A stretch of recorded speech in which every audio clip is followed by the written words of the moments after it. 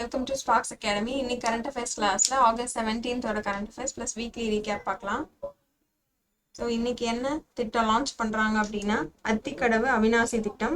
So இந்த திட்டத்தை வந்து ஈரோடு, திருப்பூர், கோவை மாவட்டங்களில் உள்ள மக்கள் 3 தலைமுறைக்கான கனவு திட்டம்னு சொல்கிறாங்க. ஸோ பவானி ஆறுல இருந்து காளிங்கராயன் அணைக்கட்டில் உபரி நீரை 1045 குளம் குட்டையில் நிரப்புறதுக்காகவும் நிலத்தடி நீர்மட்டத்தை அதிகரிக்கிறதுக்காகவும் விவசாயம் குடிநீர் தேவைகளுக்கான நீரை அதிகரிக்கிறதுக்காகவும் இந்த திட்டம் லான்ச் பண்ணுறாங்க. என்னைக்கு அப்படின்னா ஆகஸ்ட் 17, அதாவது இன்னைக்கு.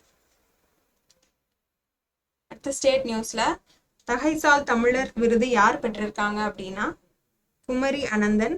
இவங்க எப்ப வாங்கியிருப்பாங்க அப்படின்னா சுதந்திர தின விழால தகைசால் தமிழர்ன்ற விருது வாங்கியிருக்காங்க.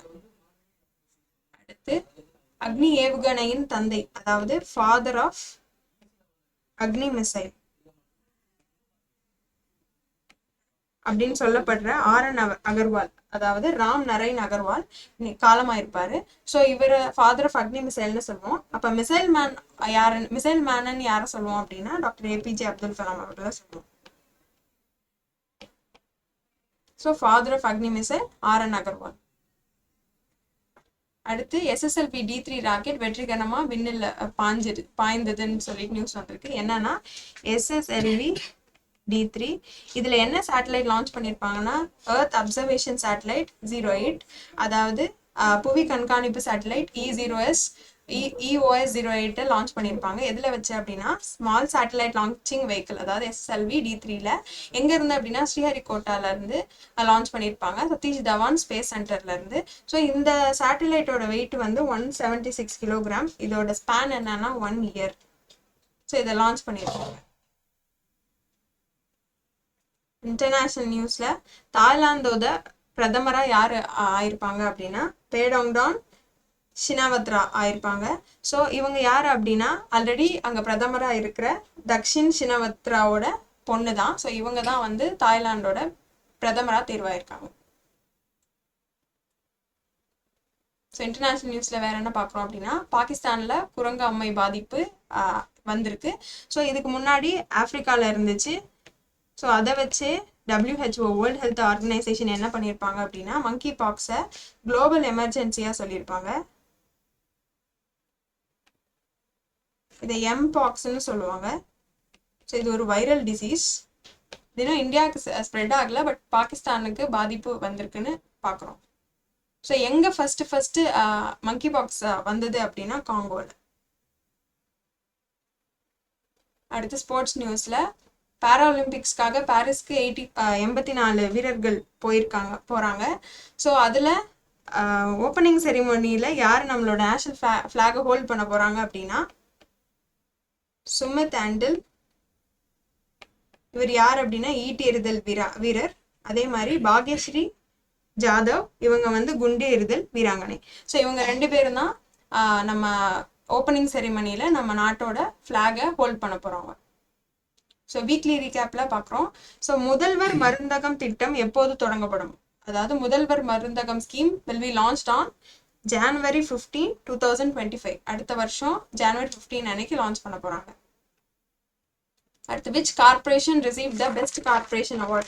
பெஸ்ட் கார்பரேஷன் அவார்டு யார் வாங்கியிருப்பாங்க இந்த வருஷம் அப்படின்னா Coimbatore. Best municipality Tiruvarur. Best town panchayat, அதாவது பேரூராட்சி சூலூர். மண்டலம் வந்து சென்னையோட 14வது மண்டலம்.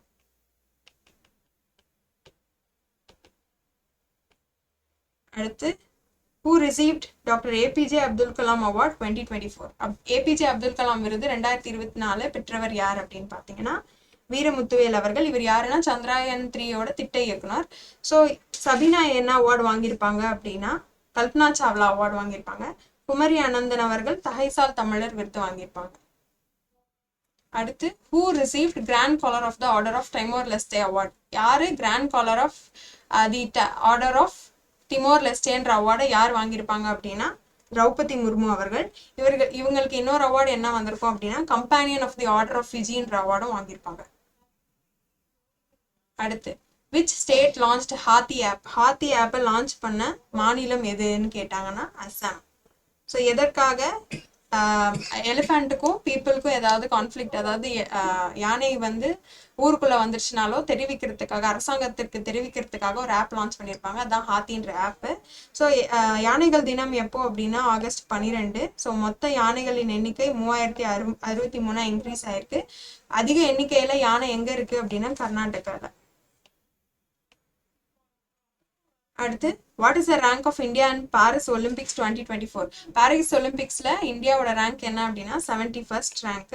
ஸோ எத்தனை மெடல்ஸ் வாங்கியிருப்பாங்கன்னா 6 மெடல்ஸ். அடுத்து, who is appointed as chairman of TNPSC? டிஎன்பிஎஸ்சியோட தலைவராக நியமிக்கப்பட்டவர் யார் அப்படின்னு பார்த்தீங்கன்னா எஸ்கே பிரபாகர். ஸோ பிரீத்தி சுதன் அவர்கள் யூபிஎஸ்சியோட சேர்மன். ஸோ இன்னைக்கான கரண்ட் அஃபேர்ஸ் கிளாஸ் அவ்வளோதான். ஸோ ஸ்பார்க்ஸ் அகாடமியில் ஸ்பெஷல் ஆஃபர் அவைலபிளாக இருக்குது. என்னென்ன கோர்சஸ் ஆஃபர் பண்ணுறோம் அப்படின்னா TNPSC, CDSC degree level, diploma level, அப்புறம் ஆர்ஆர்பி ஜேஇயில் EEE, இசிஇ, மெக்கானிக்கல், சிவில், அது மட்டும் இல்லாமல் group 2 to A test batches போயிட்டுருக்கு.